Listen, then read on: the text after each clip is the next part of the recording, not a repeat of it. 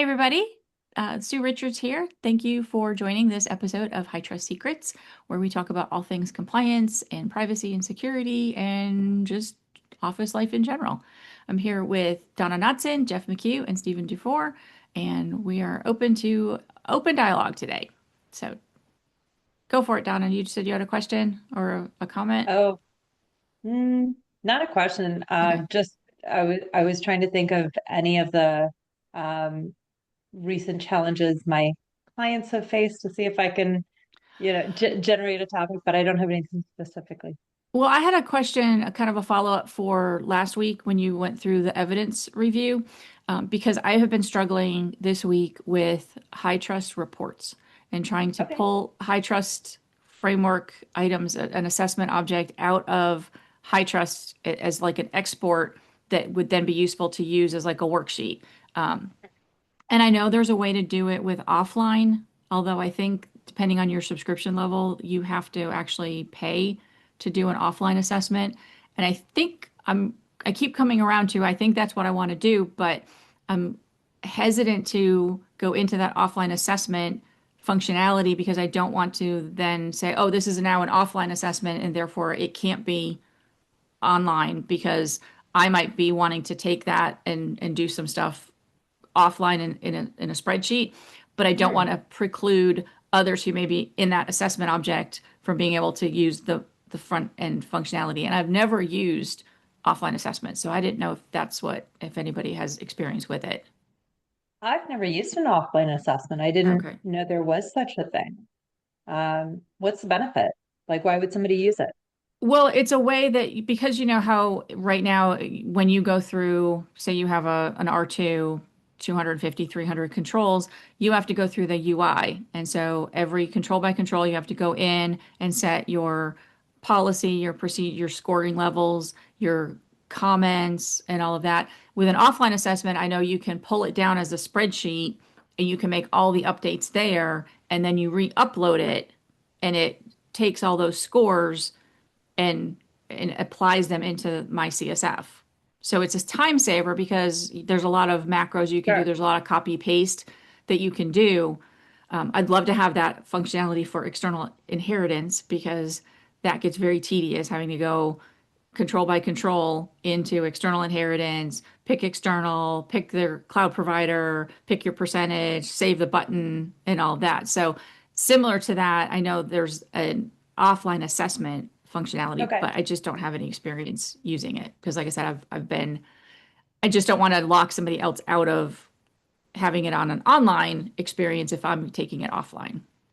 Okay. Yeah. So that was going to be my next question because the benefit of doing that, especially if somebody has 600, 800, 1,000 controls, is clear. But the next question I would ask is what would I have to give up? Because definitely there's external inheritance. If it's not available through the offline functionality, then what's the sequence look like in terms of if I pull it down, do all those updates, upload it, um, and then do I Then do have I to do then external go? inheritance, or if I'm in the process of submitting that external inheritance and then I take it offline? Yeah, to me, there's a lot of questions about Hmm. playing around with that, and I don't want to do that on a client site. Yeah, I always saw the button for an offline assessment because you remember what was it like a year ago where I couldn't find where I could download all my requirements and all the Mhm. illustrated procedures. Like, oh, what's this offline assessment do? So you click it and something pops up, and I got really scared, so I closed out of the Exactly. It's kind of like are you sure you're going to do it? You're like, room. whoa, this isn't just like, hey, let me export this out, play around with it, and that's why I'm saying I don't know if it just locks it so you can't update anything online or so. All right. That might be a good topic for a high trust guest speaker whenever Yes. they Okay. eventually come on. Okay. It would Yeah. I'll be, yeah, follow up. I'll follow up with my high trust people. And yeah. Any progress on getting Ida? no, no, not at all. No. Okay. Um, Tell her I, we're I a friendly crowd. We're not looking to bring her on here so we can criticize on any level. We would rather understand what things she prefers, how we as consultants who sit alongside Mhm. clients, can help to make that path as smooth as possible. Right. Um, Well, and I mean, and that's part of it is, as a readiness assessor and then as your third party assessor, mhm, there's a lot of work that gets done that you have to prove out that you've done your due diligence, how you pick your samples and things like that. But there's a report that I pull the provenance of requirements to get a certain amount of information. And then I do my assessment report by column to get more information. And then I have to pull and export external inheritance to get more information. And there's no easy way to kind of pull that into the workbook that I use. And it got me thinking when you did the demo last week and you were talking about how the evidence request list is, if it's in a spreadsheet format, it can be imported and vice versa. You can also export it back out and show right. people, the progress that you've made. But it's a way to have the control ID, the control description, the evidence that's required and all that. So is that a template that you work with your assessor to do, or is it something that you pull out of HITRUST as a report that you kind of start as the basis? It's usually something from the assessor, Okay. because as long as you're working with a decent assessor, the assessor is providing an evidence request list. So it's not, the control isn't the kind of main list of items. It's, here are the evidence requests, and then it'll have connected, it'll be a one-to-many relationship as far as here's the request, here are the controls that it's associated with, and then you can import that. Okay. So So it's not that's coming out of a why, HITRUST report. It's okay. no, absolutely not. Now you can leverage a HITRUST export or report or something from your most recent assessment to create a repository, a controls repository in SharePoint strictly for internal use. But it can be within the organization, and I have used that in the past and linked it up. You can link it up to evidence requests if you want. I don't know that there's a huge amount of value in that, but you can. Where I found the most value is actually then hyperlinking that embedded within policies and procedures, because then you've got all the controls embedded, not just at the end of the policies and procedures, but I usually try and do section headers, right? If you scatter them too much, it's just very busy. It's a lot. But if you put them on the sections, then one, people know that that section is tied to HITRUST. So you need to check before you update, and then they can click right through and see all the requirements for those individual controls. It's a lot to update because there is no integrated interface there. There's no Mhm. API or anything like that with MyCSF. So it's a lot to update. Depends if the organization thinks it's worth it or not. Okay. Um, Size and nature of the business. Does Interesting. that help? Yeah. Yeah, definitely. Okay. Because I mean, to me, and everything pulling out, other than the provenance of requirements, which I think comes out as almost like an export. Mhm. When I do the assessment report by column, every domain is a separate sheet.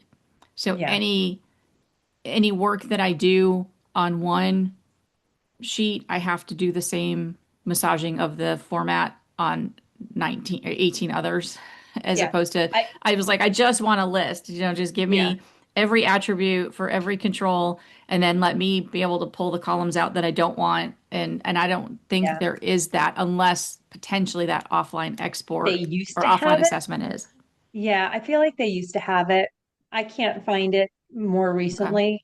But what I've done, for example, if I'm at the start or doing a full review at the end of an assessment, I've taken that 19 tab one that you're thinking of, and I just take all of the controls, put them on one tab. Um, then I format. Don't format before you get them all on one tab. Otherwise, you Mm-hmm. have to You have to do format it 18 before times. Yeah. you, yeah. So it doesn't save you anything. So copy them all, put them on one tab, do the formatting you need. Okay. Sometimes I do a backup, just so that, right, I can always get back to that state if I need to, if I decide I've made a mistake. But then I just format and do what I need to from there. Okay. Because you can then turn, if Excel's being all fidgety, depending on how many lines you have and how much data, you can flip that into Access and just wire it up if you want to, kind of link it to a different, if you've got something from an assessor or something internally and you want to link that up and then spit out a different output or Okay. see what the connections are. That's that's how I've done it. Okay. Because I mean, But I've I even tried think it my like a CSV. not many people use Access anymore, so I think Yeah, I I'm know. a bit geeky on that. I was like, People are like Access, is that what it was Access. called? Yeah, that was what it was Hmm. called. Yeah, it's still good. It's still good occasionally when Excel gets stumped on certain things. Hmm. Yeah, because I've tried to export that assessment report by column like as a CSV, thinking, oh well, that'll just give me the data, and it still puts the headers in each. Even though it's a CSV, you still then have to go into each of those rows and find where that header stuff is, and it doesn't always. It's supposed to be comma delimited, but it doesn't always match exactly, and Yeah. so I've And tussled it doesn't have the with it being a filters and CSV. stuff, like if you can get it all in Right. one spreadsheet, then you can use filters and sorts and that sort of thing. And it's just far easier. Okay. So there's no magic trick yet. Not yet. Yeah. Speed on a keyboard, quick typing. How much have we talked about HITRUST AI security certification? Not Have as we? much We as we should. Yeah, I we think had we that should. one demo that Steve did back Yeah, a Yeah. couple months ago, but right. Yeah. So I read that in February, FPT out of Vietnam became R2 certified, uh, including with their AI work. So I didn't really know anything about FPT software, but again, they're out of Vietnam, but they've got FTP Americas, and they're right there in Richardson. So I have to believe this is a really close relationship. Mhm. So Yeah, that's exciting. That I'm sure that speaks to the progress that High Trust intends to make on a global scale. yeah, right. And where they're breaking out as the gold standard for cybersecurity. Doesn't matter if you're in healthcare or not, because that's where I think they've found a bit of a fence around their appeal on a global scale, is that where it's tied to HIPAA and US legislation, other countries are going, well, why would we use it? But now that they have the published breach rate, now there's a really compelling reason to use it, Yes. that has nothing to do with whether or not you're in healthcare. Right. Yep. Yes. all right. Well, Steve, you just shared the High Trust AI security assessment. I'll share it on the screen. Oop. Hang on. And this is their public document. Yeah, I'm Right. unmuted. Yeah, I wasn't sharing anything that's already public Right. on the Yeah. internet. So, We always um, like those disclaimers. Yeah. Exactly. yeah, so the AI security assessment working group went through plenty of authoritative sources, including like OWASP top 10. They got people from Databricks AI. By the way, the people at Databricks, good job on your AI, I guess, assessment and standards. Like they really lead the way. So if you like in the future, or like in your off time, search for Databricks AI security standards or guidance or whatever it is. They Okay. have really good stuff there. But yeah, this is the initial draft that in Bold Health and I used to create a path forward. So this came out, then they had I think it was announced 2024 at the High Trust party that they have up in Frisco Hmm. um, for Collaborate, and it was still under draft, but then they finalized it and actually released the certification. Hmm. And it's great. I mean, it's just like in any of the other high trust things where it's very prescriptive, like do this specific thing. So if your company is really thinking about doing something with AI and not sure on a path forward, this is definitely a path forward to get you started. Because remember, it's not about high trust dictating everything you do. You're going to do the high trust things because you find the certification, the validation valuable. It's just a path forward because you can always think more about, oh, this applies to this particular dependency, right? It Hmm. might be revenue, it might be operations, or whatever your corporate objectives are. We're going to apply that same thinking and logic to other items within our organization. And that's where some of the value comes in, right? So just as one of the examples, um, I think one of the controls basically forces you to validate where a particular package comes from. And like, oh, that is a best practice. And so yeah, we implemented it there. And I would say it should be a common practice, and the way you adopt it would create the best practice portion of it for Mm. sure. Right. Okay. Well, and one of the things I think is exciting is that there's a lot of security practitioners that are trying to pull AI into their what they do day to day so that they can better understand how to protect it as opposed to just ignoring it and saying no, no, no. Um, so that they kind of see the layers that it has and where it could be secured. Um, and I know we talked about, one of the exciting things, I've got a client that, he's like, we're financial, it's 1 + 1 = 2. We're accounting.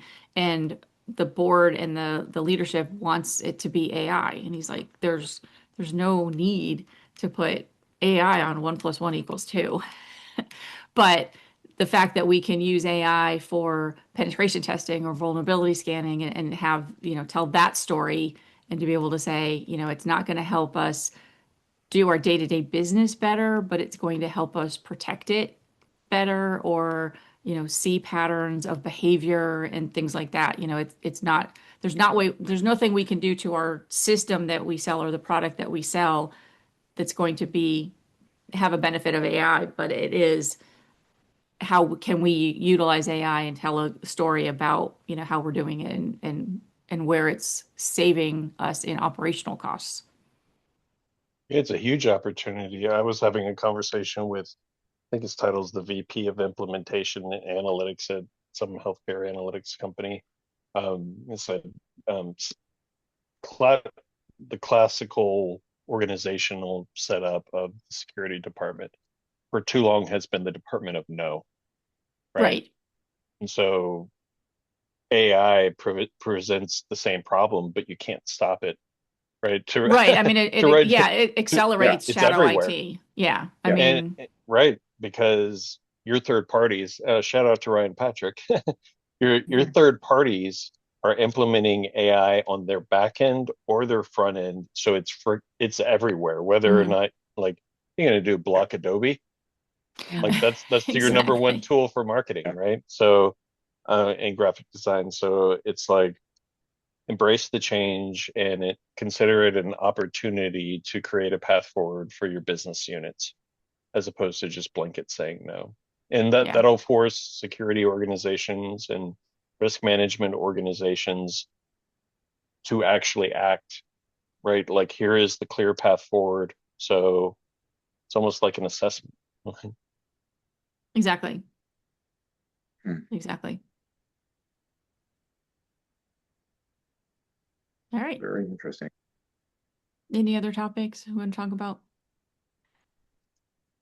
I want to rant a little bit on security awareness training. I was on LinkedIn and saw somebody posting that, I just accepted 41 information security policies and did 3 modules of training this morning. And did I learn anything? No, because I just did it in the background while I multitasked. And it was like, why do these security people think that security awareness training is going to fix anything?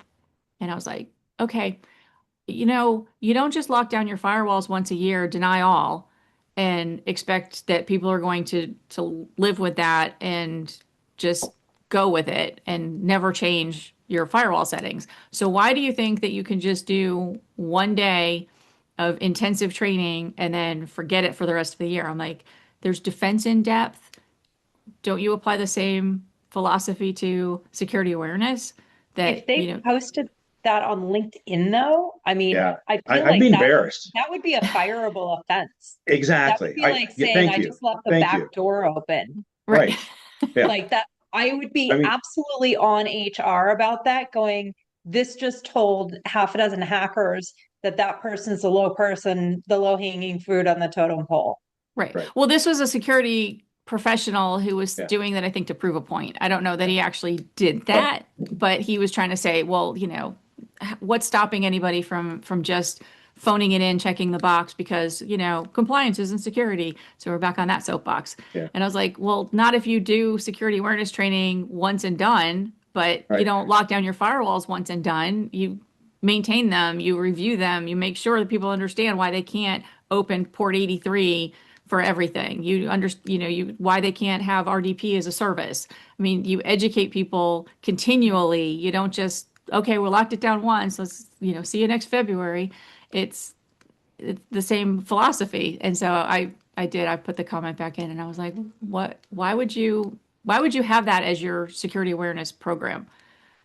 It's This is got to this is be a great. multi-layered. This is a fantastic topic because I do a lot of like dinners and roundtables and stuff like that, and people keep doing this blanket like people are your weakest link at your organization, and so I say, well, what's your solution? Because me as I've said it before on here where me as a security leader, I can't even keep up with the threats. So how can we expect somebody from finance or whatever? And so like I keep repeating that, hoping somebody will like give the answer. And the answer is adaptive training, Right. right? And what I say, like micro learning. So of course, when somebody's onboarded, you're going to be trained or hopefully trained Right. At the in their basics. job, Right. in their job on the job training. This is how we do this process here, and then the blanket security portion of it, right? And that's why I really appreciate companies like KeepAware. So we could probably have KeepAware as a guest speaker, somebody Yeah. from there. Sure. I ran into them. I don't know if I've ever talked to you guys about them before or not. I ran into them probably about 3.5 years ago when I was at a security conference.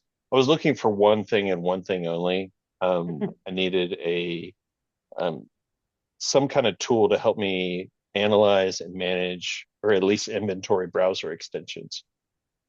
Because, like, if you, what are there, 40 browsers now? A lot of them are Chromium based and stuff like that. Are Some there are 40? proprietary. Well, yeah, because Chromium I browser, know it's like 3. open Yeah. source. Right. It's open source, so like anybody can create their own flavor of the browser. Right. So, Okay. We tried to kill Firefox because they were doing the same thing, but then Chrome came in with Google's muscle and went, no, right, no, we're gonna let you right. do it. So the big four Yeah. at my previous company were the ones I was really focused on because they couldn't, nobody can execute new pieces of software on their machine without going through the approval process. So I was focused on the big four, and I couldn't find any way without getting either custom scripts and programs or going to a third party and onboarding them. I just needed an inventory. Like, what are all the extensions in my enterprise? Um, and so the CEO, Ryan Berner, and I had a conversation about all the capabilities that it could do. In the end, we implemented the tool and they kept stacking on new and new capabilities. And the number one capability I used, other than the extension one, I call it micro learning. So your user is browsing around the internet. Remember, new nefarious websites are spun up every day, Yeah. every hour. Yeah. So like the who is might only be like 40 minutes as far as the DNS entry goes. So like how are you going to block that? Are you going to train them on that particular thing? So KeepAware classifies websites according to a whole host of metadata and creates a risk score behind it. So if the website itself falls within a certain risk score, you can either block it by default and or prompt. So I call it micro learning. So at the previous company, we implemented for a whole series of whatever labels you can think of. So it could be um, false Google form, it could be known phishing site, it could be an AI thing where we don't block access to the AI tool, because we don't want to necessarily block innovation. Plus, just going to the website doesn't really cause harm. But at the same time, I want to reinforce things. So remember, we have revenue and we have operations, like as far as our strategy types. So in the end, if somebody is going to a particular website that is questionable, let's say an AI website, they'll get a prompt to reinforce the policy. Like, hey, if you're thinking about using AI for either revenue or operational perspective, please go through the change management process. And I believe they're implementing some sort of browser-based DLP decision-making process as well. So if somebody does upload something to Anthropic, OpenAI, whatever it happens to be, it can classify it on the fly and based on policy, block it before it even gets there. Wow, that's great. Yeah. But You yeah, want me it to is reach out to definitely contextual based training because there's some people that never browse the internet. And so therefore all that training that you're doing about, hey, don't go to these unsafe sites. They're like, I don't go to any sites. But then there are other people that venture out that, you know, definitely need that reminder, if not daily, then weekly, to say, do you remember that this is potentially dangerous? But regular testing is good too as a supplement. So Right. one of my clients, um, uh, not a healthcare client, it's in a different industry, and so they're maybe not as switched on as a sector about what they need to do to make sure they're protecting their business from spam and phishing and other things. And spoke with the CEO and the IT. And the IT group is really switched on. The CEO was debating at one point in time, smallish organization. If he takes IT in-house, I said, they do a lot for you. I said, let me lay this out. I said, not only do they do all this extra training and expertise, and you don't have to worry about what expertise they have. They bring it. They bring it. They cover it. They cover their vacations. They cover their training. I said, don't let go. So that IT group is great. They are an outsourcing IT organization. They are doing great tests throughout the organization, like very consistent phishing and everything else. And it's good because the level of capability inside the organization, yes, they have to do training and things, but training is training. And then on the, contextual circumstances, really reinforce what the training, provides as a baseline. And I think that's the other thing people have to realize. Training is a baseline. I go through mine, and yes, I can probably answer a lot of the questions in my sleep. And every once in a while, there's one, and I'm like, oh, I read that differently or something like that. But those are good reminders where you have to read through the question extra. You have to make sure that you understand what's happening and the nuances. And it's constantly changing. So I retake training on a regular basis because one, I've got to keep all my certifications up, but I rely on some of the training just to make sure like that some change didn't slip into my ecosystem without me having the appropriate awareness of it. So, I look at folks and they're like, I've worked in security for 25 years. Great. When's the last time you sat in a classroom on that? Exactly. So don't just rely on, I've been doing this for years, I know all these things. Go and make sure that everybody's not only getting trained, but getting tested, include both. I call Yeah, it well, because even training versus trying. You don't yes. try a marathon, you train for a marathon. So Yep.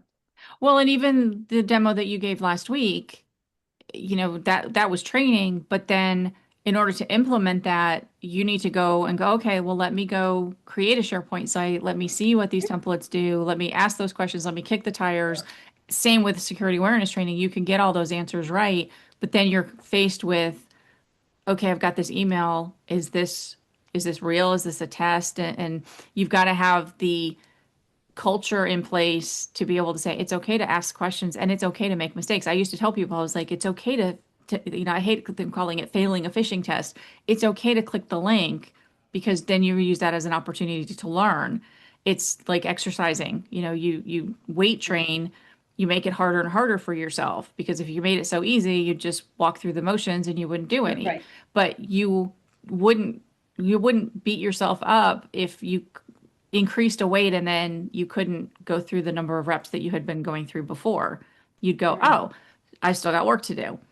And that's where I look at that testing and, phishing testing and things like that is that same thing. But also to be able to kind of test those boundaries and say, is this acceptable or is this not? And that's, Steve, I love that, that keep aware solution, because that allows you to do that and just say, hey, just letting you know you're getting to the outer edge of acceptability, and you're kind of getting into a yellow zone, and maybe you need to double check what you're doing and come ask us. It's okay. It's perfectly okay to come ask, and we'll treat you with that respect and not the disdain of, oh, I can't believe you're asking me this question, but to say, thank you for asking me that question. Let's figure that out, because as an IT person, Donna, to your point, I don't know every single trend that's going on. And somebody goes, is this a good website? Well, here's how I decide what is a good website. What's a safe website? How long has it been in place? So Yeah. And I think the other element too is making sure that the tests are good tests. So one of the tests that I came across recently, they had used HR at company domain as a phishing test, which was fine at the time because they didn't have a head of HR. Now they have a head of HR. And the first few emails that she sent out, I think people reported most of them. Oh, sure. Because Good. they're like, oh, I got this one wrong last time. I know it now. I'm going to report it.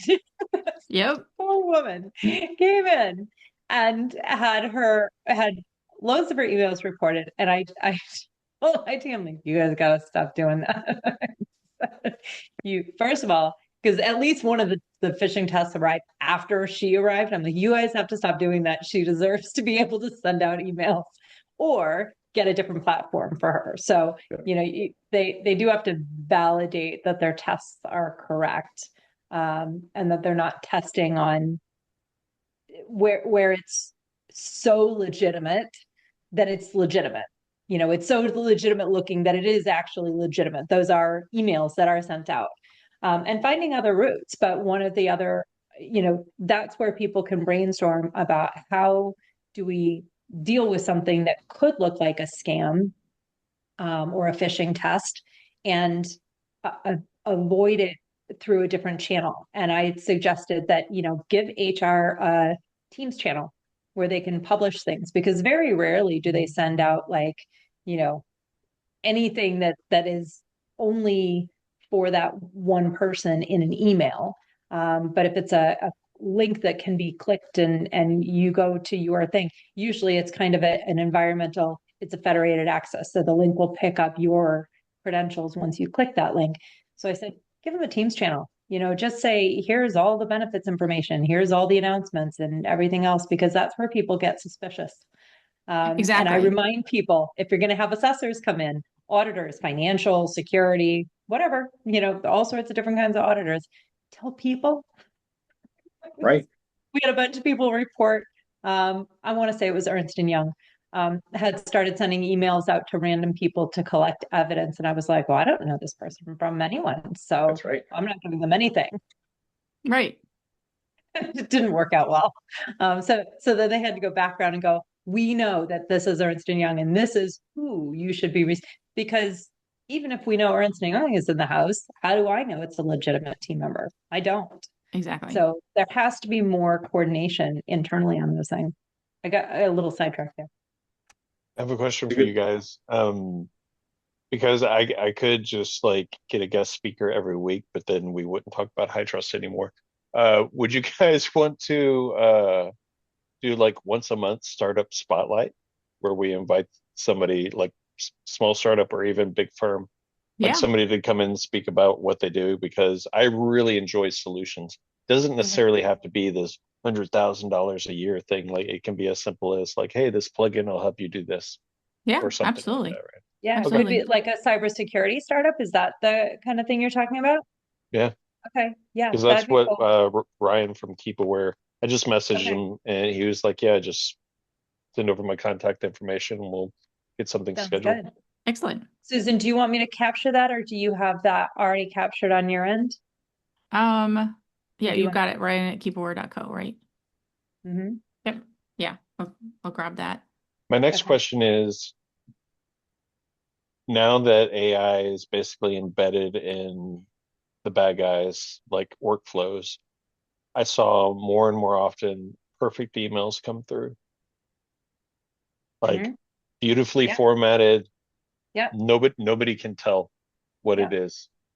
So you guys still do phishing email tests or would recommend it, seeing how perfection is coming through the mail flows now? So that was what I was trying to, you know, basically negotiate with internal folks about because it is they look so legitimate now that they they are legitimate. So then how do you identify, if they're actually mirroring an actual person's email? You need to look for then the inconsistencies in what they're asking or how they're asking. Um, so that's where I think phishing tests are still important.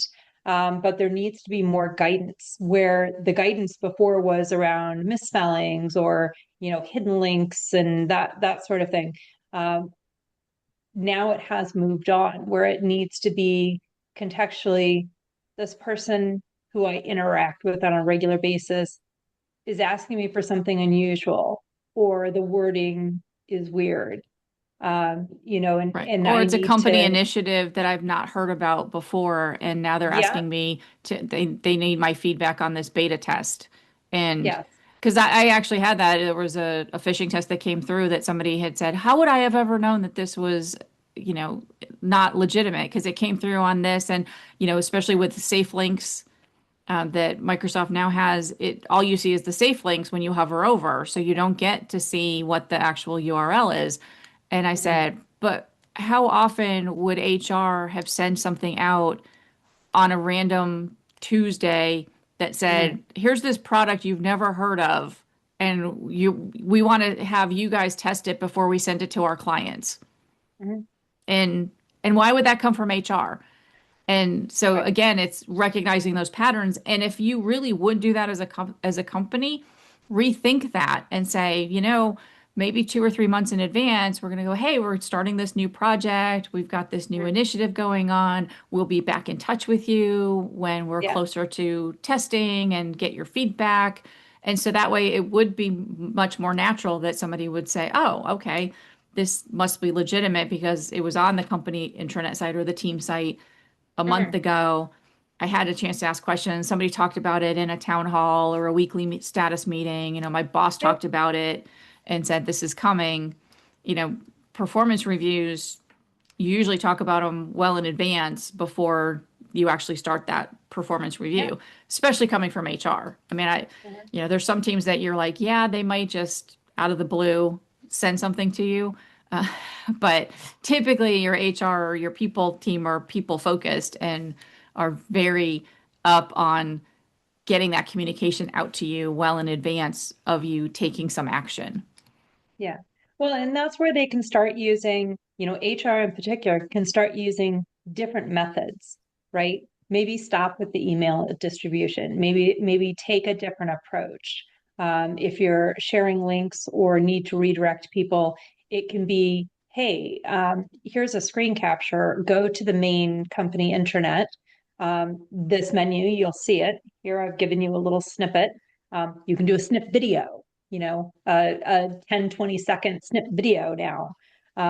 Just go up, select that link, and on you go, right? So you don't even need to send people links. And I think that's needs to go a little bit further. What do we need to send people, and what do we need to just communicate to people that they can go and self-provision based on known intranet sites, within the company parameters. And then basically shifting our mindset from, you know, phishing and scam emails are dirty they've got errors and that kind of stuff, to this is the same as somebody calling up, basically doing phone calls. So when I was working in Scotland, one of the easiest scam phone calls I ever identified was somebody who called up and claimed to be a person that I knew should have had a Scottish accent, and they didn't. And that was super easy. Or alternatively, they should have had a Scottish accent and the person speaking with me, or an American accent and the person speaking with me was Scottish.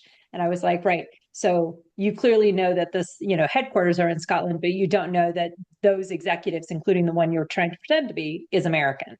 Those are things though that I knew. They were contextual about the executives that I was aware of, or people who didn't have an office in the building. So those are the types of things that now we need to translate into email sphere. And it's going to be hard at first because it's a different scenario. It's a different ecosystem than we're used to applying those types of rules. And I think once we get the hang of it, it'll be as easy as identifying a scam phone call. When I submitted trademark things a couple of years ago, I almost immediately got a phone call, but I had also read in advance that your number, when you submit something through for a trademark, your phone number is published. That is part of the requirement. That's part of the government guidelines, is that everything has to be public in case somebody needs to contact you. Right? I really think we need to do something different here, but never mind. So immediately I start getting phone calls, right? So I talk to somebody, and they're like, yes, we're from and I let the first phone call go on for a minute because they said they were from the Trademark Commission. And I'm like, all right, well, I've not done this before. And we got a couple minutes into it and I said, okay, so I'm going to let you go now. And they had started saying something else. And I was like, I'm not giving you any money, just so you know. I know what process I needed to follow and I know I've paid everything. And then the call ended. And then somebody else called me 2 minutes later and tried to pull the same thing. I'm like, 100%, I am not giving you any money. So Wow. let's be super clear, and you can go waste your time elsewhere because it's not going to be with me. But people don't know. People literally don't know. And had I not done my research ahead of time, I wouldn't have known either. Yeah. Yeah, I mean, it's the same incorporating a business here in Tennessee. I got something in the mail the other day that looked like it came from the state. And it was to renew my business license. And I know the fee is like $300 and this was $495. And I was like, wow, that went up. That went up quite significantly from last year. Hmm. And then you read the fine print and it's like, because the link the URL that they say is, if you have any questions, go to the State of Tennessee website. But then you start reading through and you see that the person that sent me the letter isn't from the state of Tennessee. And they have it in very fine print in the, very tiny little print that this is not affiliated at all with the state. And there are more affordable ways to get this done. And I was like, yes, it's called going to the state of Tennessee website and paying my $300. Yeah. Yeah. The only thing that struck me on it was the fact that it also had, for labor laws, that you could get a poster of labor laws, but it was like $200 to get a poster for labor laws. And I was like, I think they give those free. You get a downloadable poster for free on the web. So that was what clued me in. But I was like, yeah, and you're trying to make another $200 on, yeah, we'll do this on your behalf. Thanks, but I'm good. Yeah. I can go to that website instead of your website. Yeah. Mhm. So, yeah. And it's the same with emails, texting, there's all kinds of people taking advantage. Yeah. It's hard and a bit frustrating to watch some of the members of my community get caught out on some of it. Yep. Right. Well, after this call, I'm going to have a conversation with somebody about insurance for both for SMBs and for MSPs. And I'm making part of the conversation about HITRUST as well. So I don't know what I can't wait to hear that. So I don't know if I'll have anything to report, but Great. I'm talking to Just ask them if Yukon they give a discount if you got a certification. Yeah. and the answer is yes. We just have to, you have to find the right guys. So I might have a good guy for that. So Nice. I'll let you know. Okay. Perfect. That sounds wonderful. All right. Well, on that note, I need to drop and go pick him up. All right. Sounds great. Thanks, All right. everybody. Bye, Jeff. Talk to you Thanks. soon. See ya.